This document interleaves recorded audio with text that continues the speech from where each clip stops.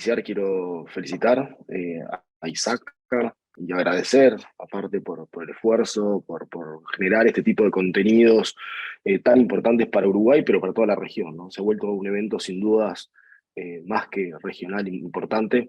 Así que nada, la verdad que felicitar a toda la organización. Sabemos lo que cuesta organizar un evento de esta magnitud, tantos días, tantos speakers, bien, con un número de participantes también más que interesante.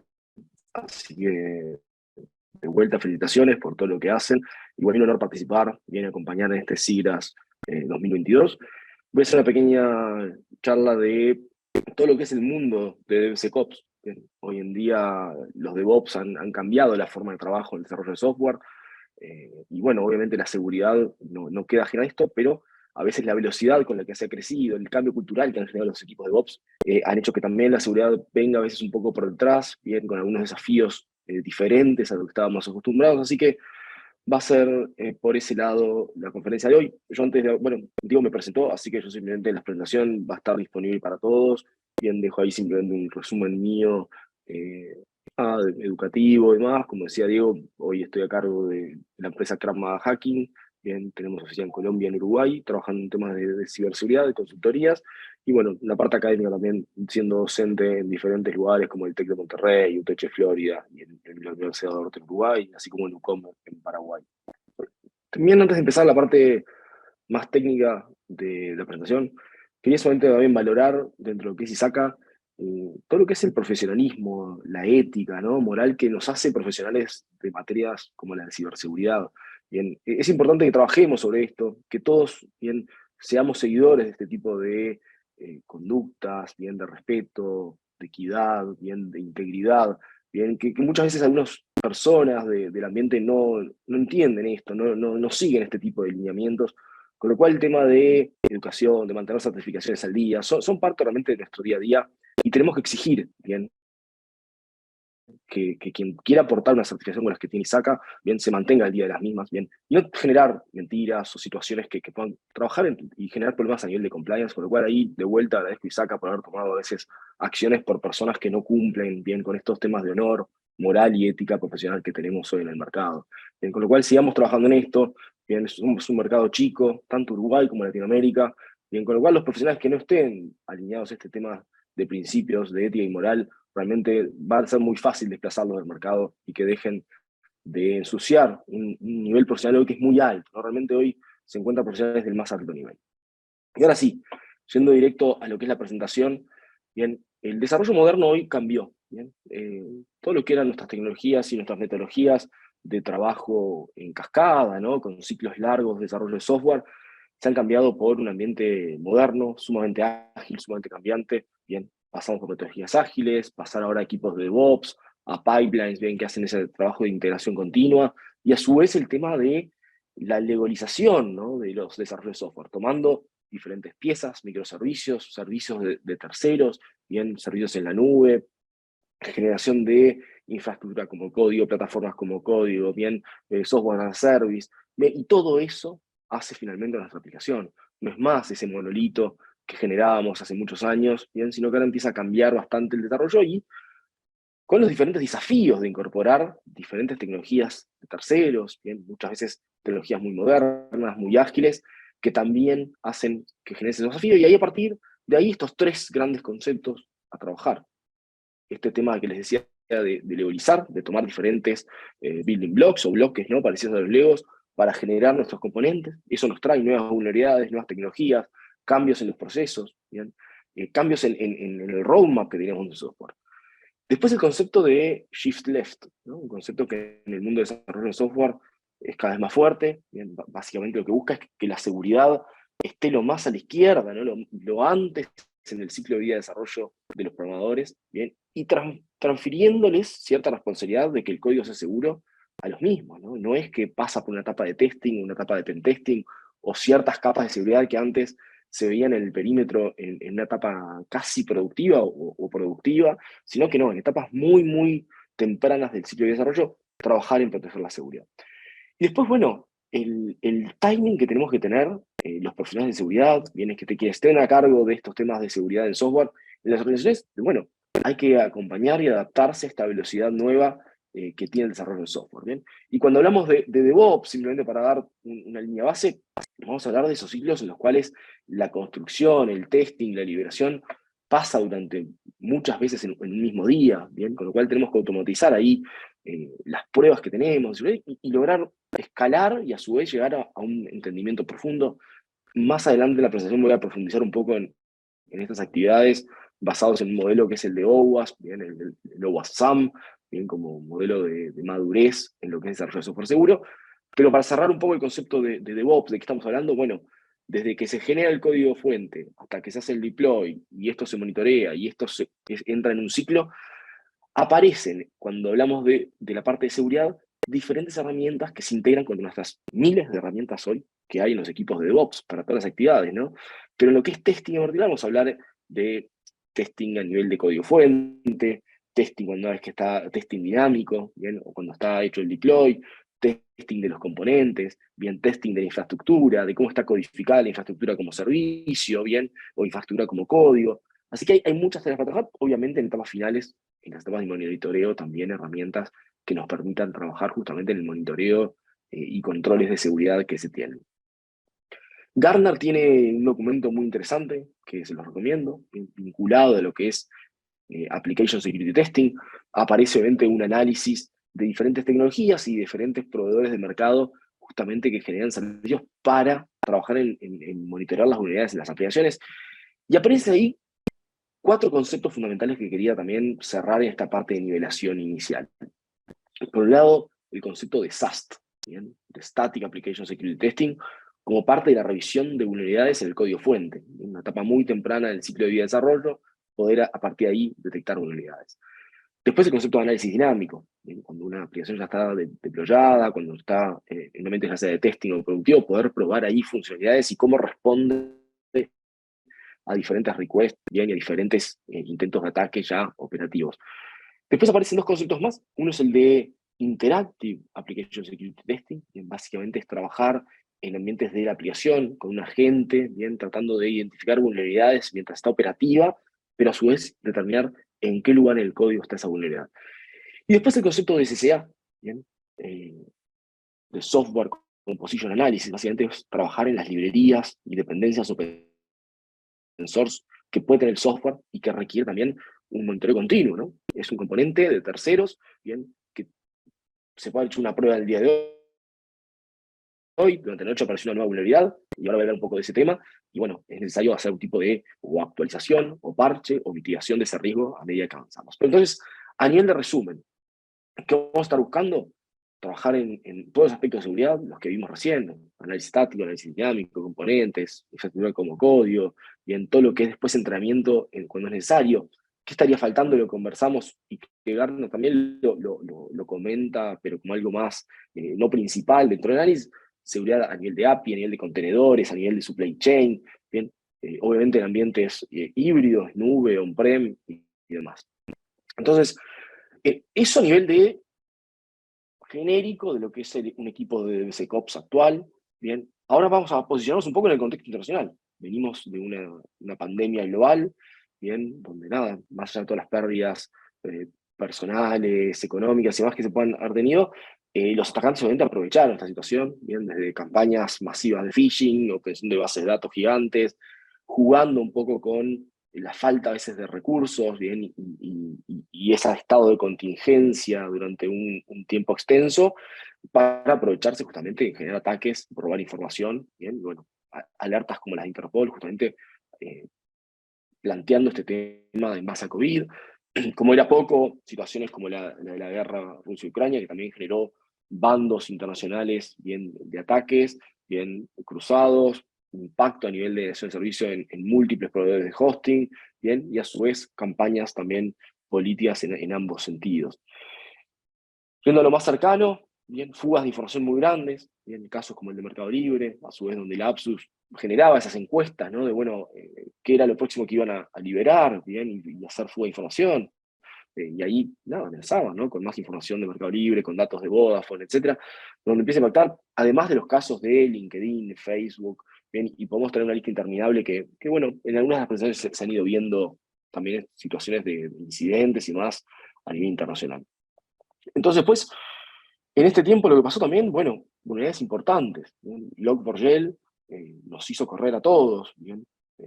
Donde una vulnerabilidad muy fuerte, con un CV muy fuerte, permitía una ejecución remota, y bueno, realmente una librería utilizada en gran porcentaje de aplicaciones, bien, una dependencia open source, que ahora voy a mostrar un gráfico que a mí me encanta, pero que bueno, también impactando obviamente en software comercial, en software desarrollado in-house, bien, y bueno, todos esperando, bueno, cuál era el parche, cómo se solucionaba, bien, qué software del que utilizábamos tenía esa vulnerabilidad, con lo cual hizo correr a todo el mercado, bien, de ciberseguridad y desarrollo de software, en ponerse al día y en pensar hoy en esa seguridad en la cadena de suministro, en esa seguridad en las dependencias open source como algo importante, ¿bien? Un puntaje de seguridad muy alto, ¿bien? Con lo cual generó realmente un problema. Y este es un poco el gráfico que les comentaba, que me interesaba que compartir. A mí me gusta mucho. En general, tenemos ese proyecto gigante, histórico, ¿bien? Que sabemos que está completo y repleto de bugs y de errores, y decimos, bueno, vamos a empezar de cero, para empezar con esto limpio. Perfecto. ¿Y qué hacemos? Empezamos a tomar esos bloques y nos traemos todos los bugs, todos los errores que tenía el software. Lo mismo pasa con las dependencias que tomamos a veces de terceros.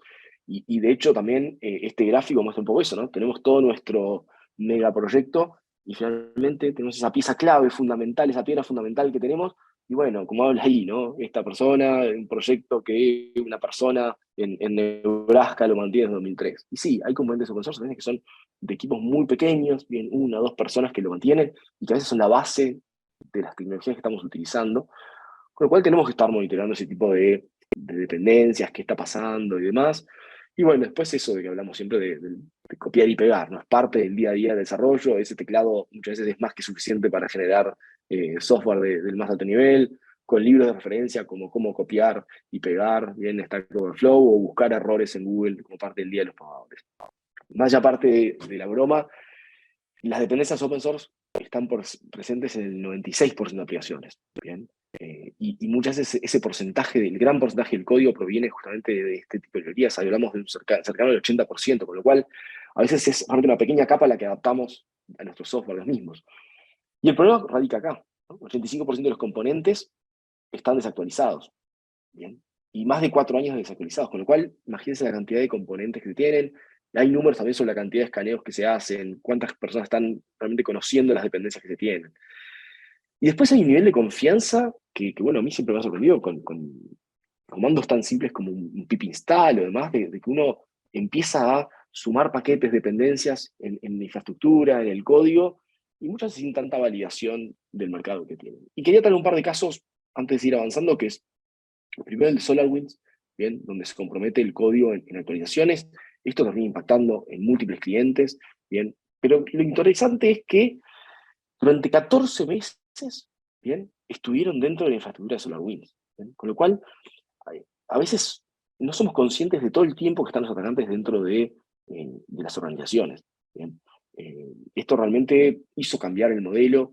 Empresas como Microsoft hicieron un cambio radical en su forma de eh, analizar el modelo de amenazas. Ahora les quiero comentar un poquito más de eso, pero bueno, este caso de SolarWinds impactó, ¿no? Eh, nada, 18.000 redes de clientes, esto, gobierno federal americano, organizaciones como Microsoft, Cisco, Intel, Deloitte, bien impactadas por este tipo de situaciones. Y esto es un poco el timeline de lo que ocurrió. Y si se fijan, los tiempos son demasiado extensos, ¿no? O sea, los atacantes fueron cubriendo huellas, haciendo, ¿no? Pudiendo ser indetectables, bien, para sus sistemas de monitoreo. Y bueno, eso empieza a difundirse en diferentes organizaciones, les queda ahí de referencia para que le interese un poco más los tipos de ataque, pero me quiero centrar un poco más en esta parte de la visión de Microsoft, bien, sobre la situación.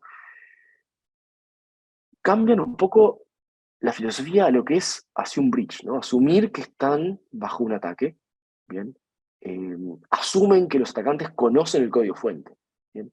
Es un cambio inmenso en los modelos de amenazas que tenemos, ¿no? Muchas veces pensamos que el código fuente es nuestro, restricto, mucho se basa en que ese código no salga de la organización. Entonces, empezar a generar este cambio cultural de la filosofía de Assume Breach es importante, y a su vez saber que nuestro código podría ser expuesto, y eso nos lleva a ciertos controles básicos, ¿no?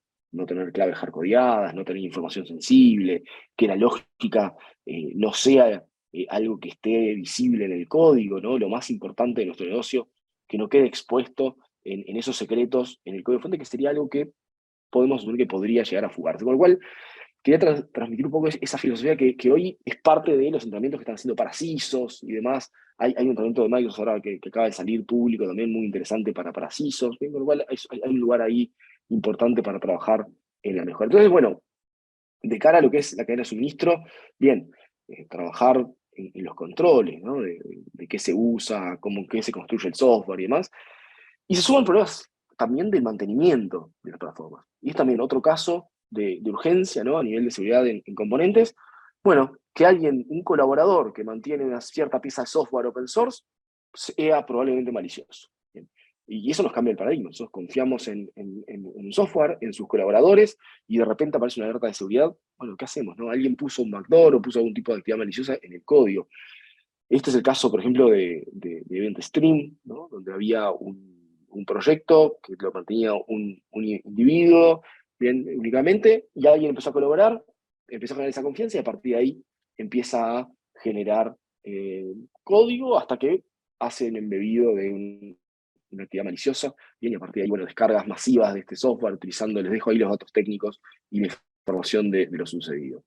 Después lo que está pasando y lo que tenemos que tener cuidado es, por ejemplo, los nombres de las librerías o el abuso de librerías internas versus externas, ¿bien? O justamente errores en el tipeo típico de un programador y que los atacantes están abusando y buscando librerías que son maliciosas y que tienen un tipo de código embebido, con lo cual aparecen algunos ataques en las dependencias, ¿bien? Aparece este concepto de dependency confusion, ¿bien? Que justamente es difícil nada, darse cuenta en un paquete privado o externo, bien, entonces, bueno, aparecen ahí un tema de seguir dependencias, entender cuáles se tienen, bien, trabajar en listados, ¿no? De bibliotecas y nuestros ingredientes, ¿no? Empezamos a hablar de conceptos inclusive de SBOM, ¿no? El Software Bill of Materials, trabajando un poco ese concepto más industrial de ingredientes o de contenido o de los componentes que se tienen para llevarlo al mundo de la fabricación de software en ese sentido. Y obviamente restringir los nombres de repositorios que vamos a poder utilizar, ¿bien? Para evitar también y tener listas blancas tal vez de los componentes. Después, bueno, paquetes como el NPM también, con millones de descargas, bien, con vulnerabilidades. Les dejo ahí las referencias simplemente, pero generó un CVE en particular, bien, millones de descargas semanales que también impactaron en la construcción. Y bueno, múltiples unidades después en plataformas justamente de análisis. Y después, para cerrar este tema de ataques a las dependencias, aparece esto de type of squatting, que es justamente cambios muy pequeños en el nombre de dependencia, ¿no? En este caso, un componente que se llama set-bar, ¿bien? Y que aparezca un clon del proyecto que diga set-bar y que tenga el código malicioso. Va a ser muy simple que alguien se confunda, y aparte se genera información y documentación alternativa al proyecto, y eso genera a veces ciertos problemas también, que es muy fácil para el atacante. Entonces, bueno, la pregunta queda esta planteada, ¿no? ¿Qué dependencia del código buscan los equipos? Si todos sabemos esto, si todos tenemos ese listado, si todos tenemos un control sobre eso, es un trabajo pendiente, es un trabajo complejo también de realizar, siempre hay que trabajar en los frameworks. Y bueno, después también pasa esto de las unidades, eh, muchas veces no quedan rápidamente integradas en los repositorios y bases de datos, bien que aparece después en el escaneo, en librerías o herramientas que hacen escaneo de unidades necesarias, con lo cual hay que estar atento a lo que se va divulgando, lo que va pasando en el mercado, bien. Y bueno, seguir trabajando en mejorar esa parte, les dejo ahí también bastante referencia. Hecho este contexto de la situación, quería pasar un poco, bueno, ahora, ¿qué podemos hacer con todo esto? ¿Cómo podemos darle seguridad a estos equipos de DevOps? Bien, y hay un modelo que para mí siempre es referencia, bien, es un modelo de OWASP, un modelo que está en una versión 2 muy madura, con muchos despliegues a nivel internacional, y que realmente es un modelo que podemos adoptar, bien, que nos va a servir por un lado, para hacer un gap análisis de dónde estamos parados hoy, bien, qué procesos tenemos a nivel de seguridad en desarrollo seguro, y a partir de ahí armar una hoja de ruta de cómo trabajar. El modelo, a grandes rasgos, tiene ciertas funciones de negocio básicas, el gobierno, el diseño, la implementación, verificación de operaciones, y que lo baja después a los que son prácticas de seguridad. Y bueno, en el caso de gobierno se maneja en lo que son estrategias métricas, política de cumplimiento, todo lo que es educación. Bien, y así vamos a seguir en diseño con modelado de amenazas, en implementación con lo que es la construcción segura, bien. Y si vamos a verificación, que tal vez es donde antes estaba más mapeado los temas de seguridad, vemos un análisis de seguridad de la arquitectura, bien, testing basado en los requerimientos, hablando de casos de abuso principalmente, y lo que es el concepto de security testing. Y se fijan, aparecen como dos líneas curvas que recorren cada una de las partes de seguridad. Son como dos caminos, bien, que hay que también analizar. Y en la parte de security testing, donde vamos a puede ser un poco el foco, aparece lo que es escalar en las pruebas y lo que es el concepto de deep understanding. ¿Bien? Y esto es interesante, y ahora lo vemos en profundidad, pero el escalar es decir, bueno, si trabajamos con equipos de DevOps que lanzan, no sé, 30 versiones por día, y no vamos a tener a un pentester, ¿bien?, que pueda hacer pruebas en profundidad en cada uno de esos releases diarios. Vamos a tener que escalar seguramente con herramientas que nos permiten generar esa línea base, ¿bien?, de análisis estático, análisis dinámico, análisis de componentes, todo lo que estuvimos conversando hasta hace unos minutos. Eso va a estar en lo que es Scalable Baseline. Y después trabajar en el Deep Understanding realmente como un punto de control, ¿bien?, periódico. Después definiremos esa periodicidad que nos permita realmente hacer un trabajo más en profundidad y que nunca se van a reemplazar uno con el otro en ese sentido. Y bueno, una parte final que es de operaciones, donde trabajamos en la gestión ya de incidentes del ambiente, bien, en mantenimiento, parches, hardening, etc. Entonces voy a recorrer rápido el modelo. El modelo Maurés se basa en tres niveles. Un nivel 1, el más básico. Bueno, nivel 0, no se tiene procesos. Un nivel 1 de implementación inicial, ad hoc, con ciertas características. Un nivel 2 de implementación estructurada y un nivel 3 de una operación optimizada. Entonces, la parte de gobierno no le voy a saltar. Vamos a hablar ahí más de educación, de políticas, de métricas, que es algo que también dentro de lo que es el mundo SAC hay mucho trabajo realizado, hay mucho para hacer, hay un trabajo ahí de gestión y de cambio organizacional muy importante. Pero voy a trabajar a partir de la parte de diseño, donde tenemos que trabajar en el modelado de amenazas, trabajar en el perfil de riesgo de la creación. Bien, el modelo de amenazas es algo que está pendiente hoy en la teoría, es un gran pendiente. En la gran mayoría de las organizaciones no se hace un modelo de amenazas, o se hace una vez al inicio, pero no se hace una cobertura total de aplicaciones, y mucho menos esa actualización periódica, bien, como parte del proceso. Con lo cual, hay que hacer una definición del proceso y hacerlo cumplir a través de herramientas.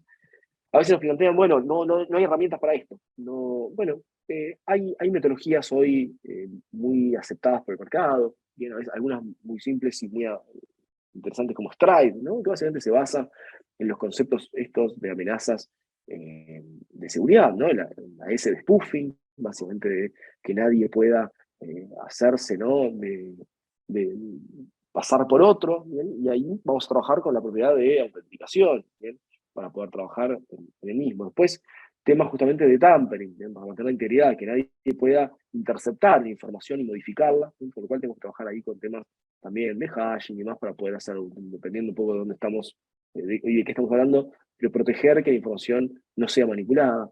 Temas de repudio, donde vamos a trabajar ahí tal vez con un tema también de cifrado, también de PKI, donde tengamos que un usuario, un objeto o una entidad vaya, no pueda decir que no hizo tal o cual actividad, que sea responsable de lo que está haciendo. Después temas de confidencialidad, obviamente con temas de protección de los datos, cifrado, ofuscación.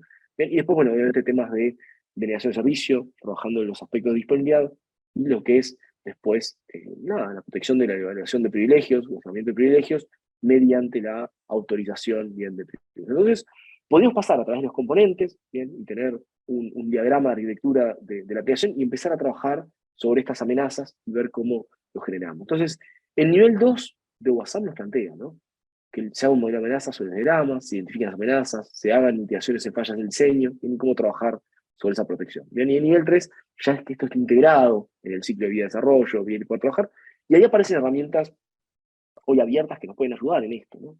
Threat Dragon de OWASP es una de esas, que nos permite tener nuestro data flow, bien, a partir de ahí poder hacer un análisis de los riesgos, bien, en cada uno de los componentes, bien, de una forma simple y rápida, y tenerlo documentado, bien, y a su vez la gestión de los riesgos, para poder llegar a mitigarlos. Después temas de los requerimientos de seguridad, bien, aparecen templates, aparecen lo mismo a nivel de arquitectura, 3 niveles para trabajar en los diseños que se tienen de seguridad, de cómo adoptarlos, de estandarizar tecnologías, bien, y trabajar en esa protección desde el lado del diseño. Después, en las etapas de implementación, vamos a hablar de construcción segura, implementación segura y la gestión de efectos. También siempre en 3 niveles de madurez y 2 caminos, ¿no? En el proceso de construcción como tal, bien, que algo sea repetible, esto los equipos de DevOps nos permiten trabajar en esto, en automatizar los pipelines, en asegurar las herramientas, agregar control de seguridad en ese proceso de construcción. Bien, lo mismo en las dependencias. Registrar, nos dice nivel 1, ¿no? Crear un bill of material, tener esa lista de los materiales que vamos a utilizar. ¿Bien? Trabajar y analizar las dependencias utilizadas es un nivel 2. ¿Bien? Y bueno, después analizarlas en forma continua. Entonces, cuando empezamos a hablar de pipelines, y simplemente a modo de ejemplo, vamos a trabajar con diferentes tecnologías. ¿Bien? En este caso, como modo de ejemplo, simplemente, tecnologías como un IDE como Eclipse, repositorios como Bitbucket, ¿bien? Trabajar con Jenkins, bien, como orquestador y como nuestro pipeline de integración. Y después, bueno, con otras herramientas como JFrog Artifactory o Nagios para monitoreo y demás, y ir armando nuestro pipeline. Es importante siempre manejar el tipo de lineamiento que tenemos de plataformas. Aquí les dejo un listado simplemente de algunos de los CI/CD pipelines, lo mismo de repositorios, para que te interese un poco más esta parte más legal, por así decirlo, de cumplimiento. Y después podemos empezar a armar nuestro propio escenario de herramientas.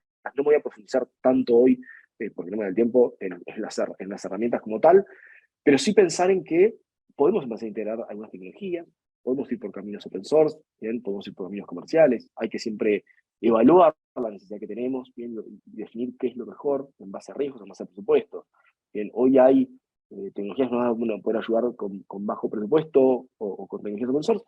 Si vamos a ir por ambientes de alto nivel, bueno, evaluar cuánto podemos adaptar estas herramientas, cuánto podemos mantener la parte de investigación. Acá lo interesante es evaluar los componentes que requieran una alta inversión en investigación, ¿no? Cuando hablamos de vulnerabilidades, cuando hablamos justamente de esos plugins que hagan la detección lo más temprano posible, necesitamos que haya un equipo de investigación por detrás. Entonces, para escaneo de vulnerabilidades, para búsqueda de vulnerabilidades, tienen componentes, tal vez haya que evaluar o la adquisición de ciertas reglas o ir por tecnologías comerciales.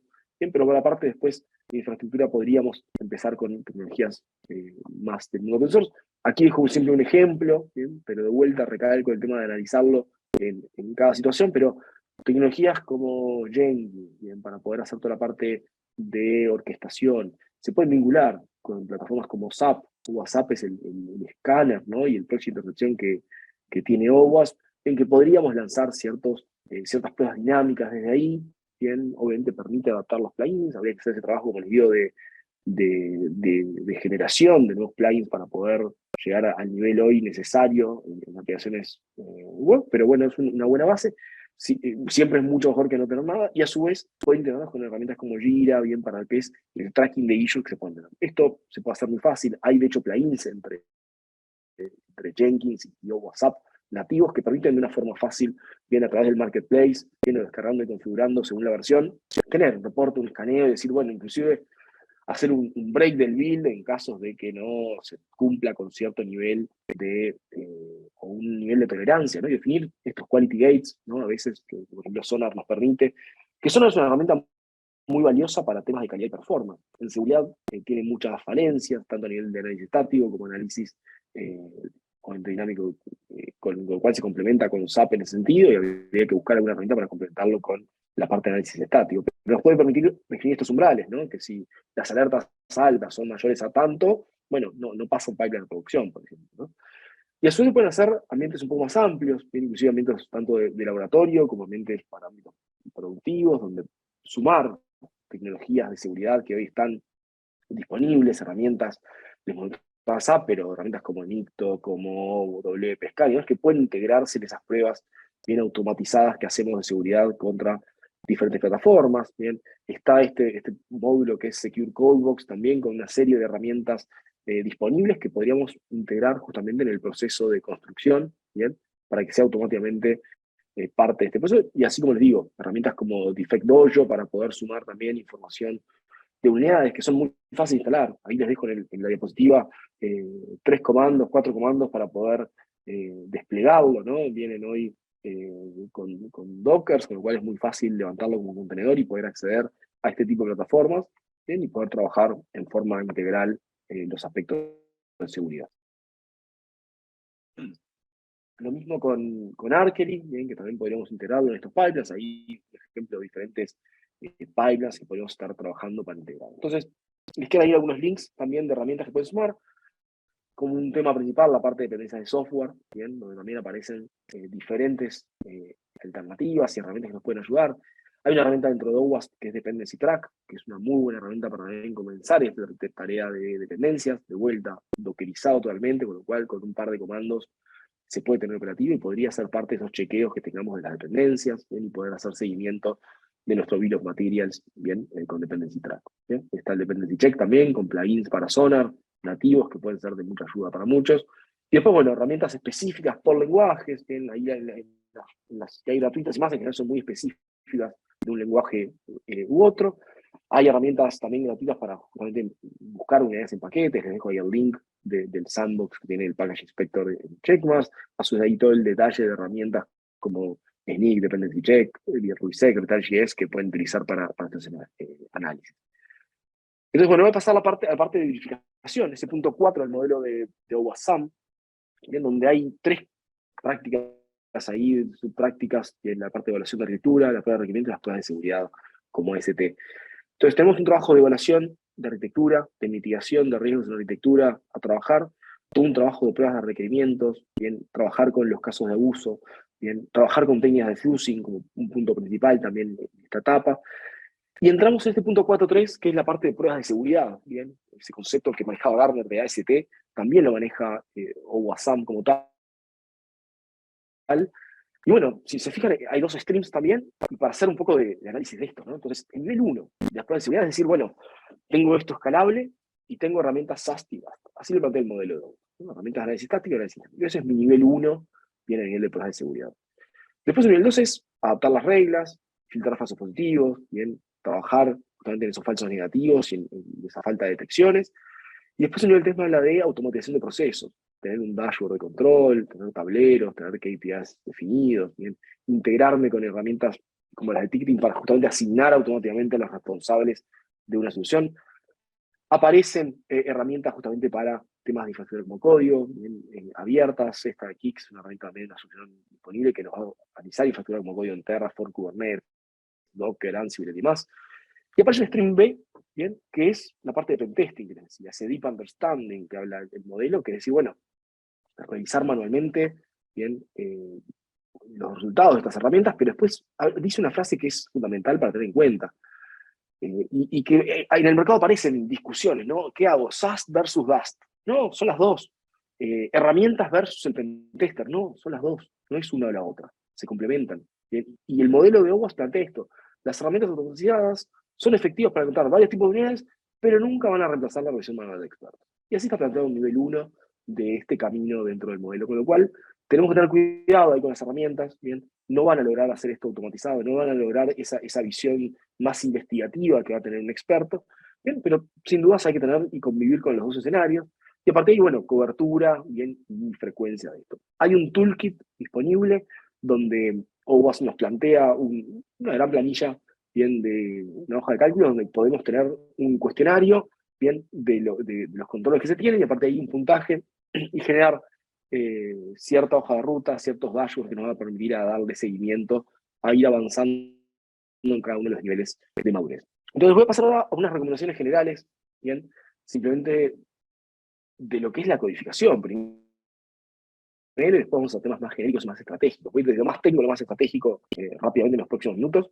Lo tenemos por un lado, borrar código que no se utiliza. ¿Sí? Hay una mala práctica en los ámbitos de desarrollo donde se comenta y queda en el código. Bueno, tenemos versionadores, es fácil volver atrás, con lo cual no tengamos miedo de borrar código que no se utilice, que no queden comentarios gigantes, a veces con datos hardcodeados, con datos de prueba, con errores y comentarios a veces que no son necesarios. ¿Bien? Después trabajar en medir los tiempos de los pipelines, ¿sí? Porque a veces es muy fácil decir, bueno, voy a incluir seguridad en los pipelines, pero bueno, a veces hablar de un análisis dinámico. Un análisis dinámico puede tomar 12 horas, 24 horas, y los pipelines están hablando de desplegarse en producción en cuestión de menos de 5 minutos, tal vez. ¿Bien? Entonces, ¿cómo hacemos compatible una herramienta de análisis dinámico? Lo mismo SAST. ¿Bien? Un análisis estático de pocas líneas puede durar minutos, pero un análisis de grandes líneas de código puede tomar horas. ¿Bien? ¿Cómo impacta esto en el negocio? ¿Es posible hacer esto? ¿Tenemos que bajar un poco el nivel de controles? ¿Cómo hacemos para llegar a algo aceptable? Entonces, hay un trabajo ahí muy fuerte por un lado de políticas, ¿bien? Pero políticas conociendo las capacidades que se tienen, ¿bien? A nivel hoy de las herramientas. No todo es automático, no todos son segundos, entonces tenemos que adaptar las herramientas o buscar las herramientas específicas para nuestro caso de negocio, que cumplan con esa parte de velocidad. Pero dejemos como concepto que la velocidad es un tema a trabajar importante. Después, bueno, el trabajo del filtrado de positivos, de falsos positivos, como un trabajo fundamental en todo esto y que nos permita rápidamente salir a procesos productivos, bien más allá de que haya una detección y que tengamos que trabajar en esa mejora bien de la detección.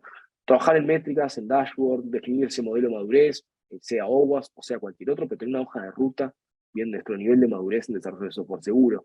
Bien, y bueno, a partir de ahí, trabajar justamente en ese concepto de migrarnos de mundos de DevOps únicamente con sus necesidades, con su estrategia, con sus políticas, a trabajar en un mundo de DevSecOps, donde hoy las herramientas ya son parte de este circuito, son parte de este negocio, son parte de esta actividad, ¿bien? Y cambiar ese cambio cultural. Después, bueno, hay herramientas que pueden servir para trabajar en esto, algunas estrategias de mitigación, ¿bien? Trabajar en feeds privados, proteger paquetes, ¿bien? Utilizar funciones de verificación del lado del cliente. Les queda ahí mucha información para trabajar justamente para los que sean más tecnológicos en ese sentido. Entonces, cuidar lo que es el uso de licencias de código abierto, bien, trabajar tanto en la parte de legal como en la parte de vulnerabilidades que puedan tener, trabajar en los errores, nos traemos todos esos problemas, trabajar y monitorear esas dependencias de código, bien, y bueno, actualizar a nuevas versiones, ¿no? Hay mucha documentación sobre esto de cómo trabajar y mejorar. Ahí les quedan algunos de los links de algunos de los casos que les comenté para ver más información, el que tenga más interés sobre esto. Y quería cerrar un poco con algunas conclusiones eh, que son importantes bien del mundo actual que tenemos de DevOps bien, y de DevSecOps. Lo primero es este cambio cultural que les decía, ¿no? El mundo de DevOps llegó para quedarse, es parte del día a día, el mundo financiero, las telcos, retail, bien todo el mundo de e-commerce, fintech y demás, trabajan con equipos de DevOps, bien, tenemos que asumir esa situación. Y a partir de ahí, incorporar seguridad, que no es la seguridad tradicional que teníamos, ¿no? De protección de perímetro, sino que es deberse realmente en esos equipos de DevOps, bien, y trabajar con estos contextos que mencionábamos, entendiendo los desafíos que tiene un equipo de DevOps, entendiendo ese cambio cultural que ya se hizo en muchas empresas, en muchas organizaciones, en lo cual, en donde no se hizo DevSecOps desde el inicio, hay que generar y traccionar ese cambio cultural que es importante para que pueda fluir en un equipo de DevOps, ¿no? Si solamente vamos a aplicar un control y sin tomar en cuenta eso de los tiempos más, seguramente son proyectos que fallen, ¿bien? Con lo cual hay un trabajo ahí importante de entender qué se necesita, cuál es la velocidad de acción. ¿Bien? Con lo cual, ese segundo punto es justamente vinculado a esto, ¿no? Trabajar en los pipelines, trabajar en los tiempos. Bien, no vamos a poder incluir herramientas que demoren 24 horas en hacer un escaneo. Bien, tenemos que buscar herramientas muy rápidas, muy efectivas, o a veces cambiar las políticas, ¿no? En análisis dinámico, por ejemplo, vamos a tener que decir, bueno, hago una línea base, lo que permito pasar de ambiente es porque cumple con cierta línea base, sumado a todo ese cambio de madurez que hicimos. Yo tengo mis programadores entrenados, que saben de seguridad, que les di entrenamiento específico de seguridad para el lenguaje en el que trabajan, que buscamos las librerías y dependencias y tenemos un bill of materials donde tenemos un listado y lo controlamos.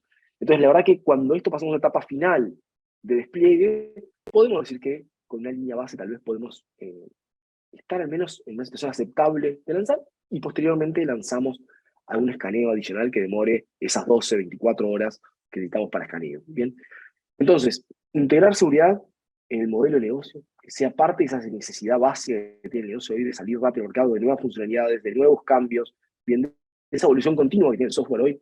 Y no hablo solo de los sprints de cada 15 días o como sea el modelo de desarrollo, sino que en esos despliegues diarios que se hacen, bien, sea parte de ese equipo de DevOps. Bien.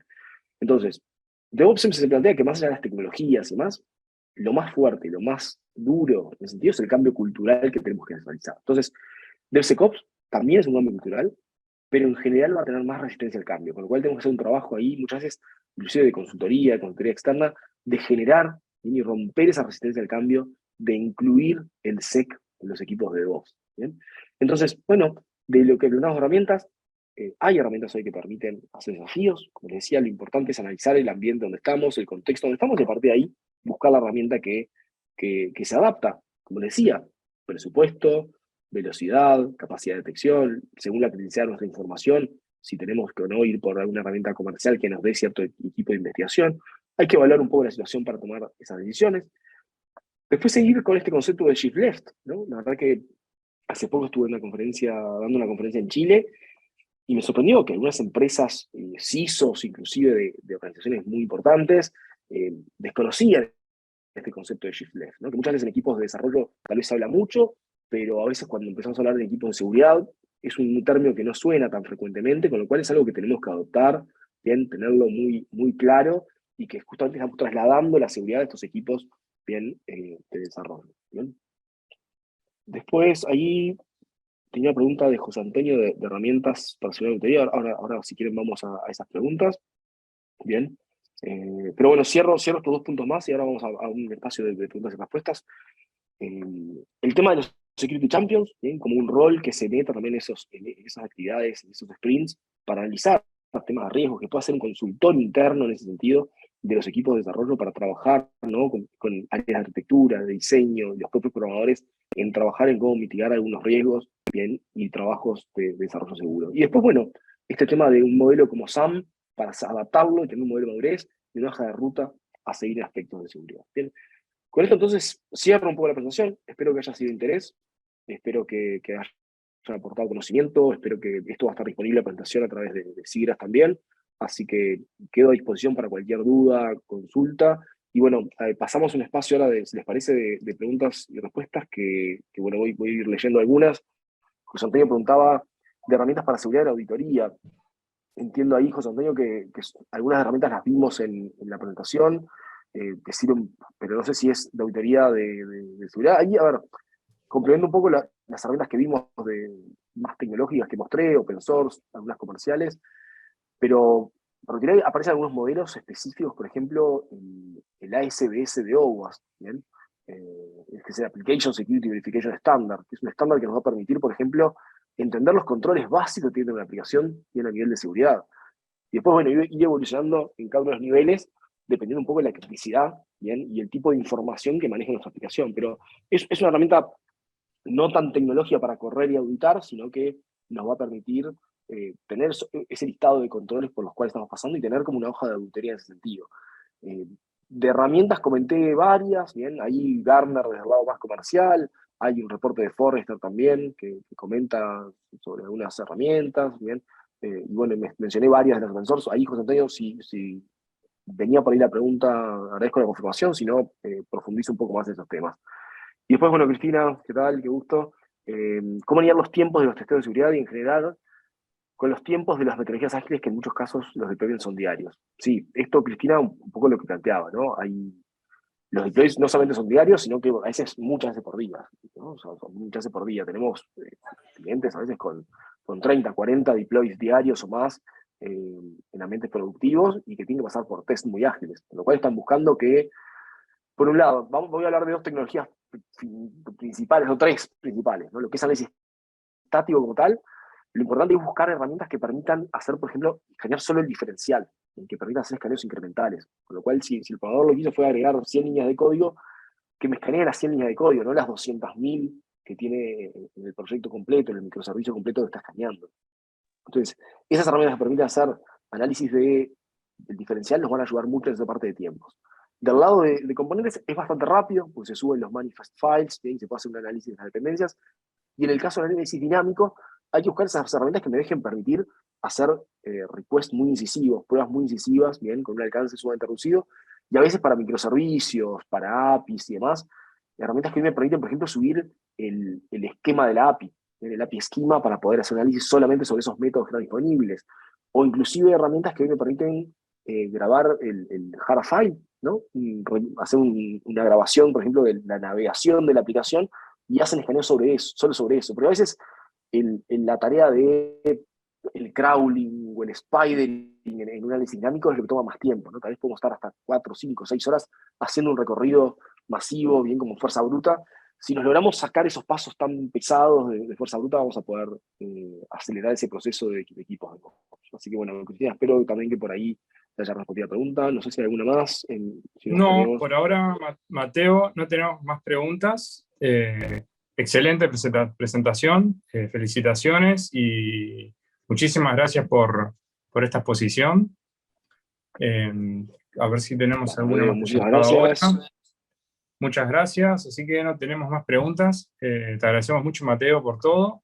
Y seguimos adelante ahora con la próxima exposición. Chao, Mateo, y seguimos. Chao, hasta luego.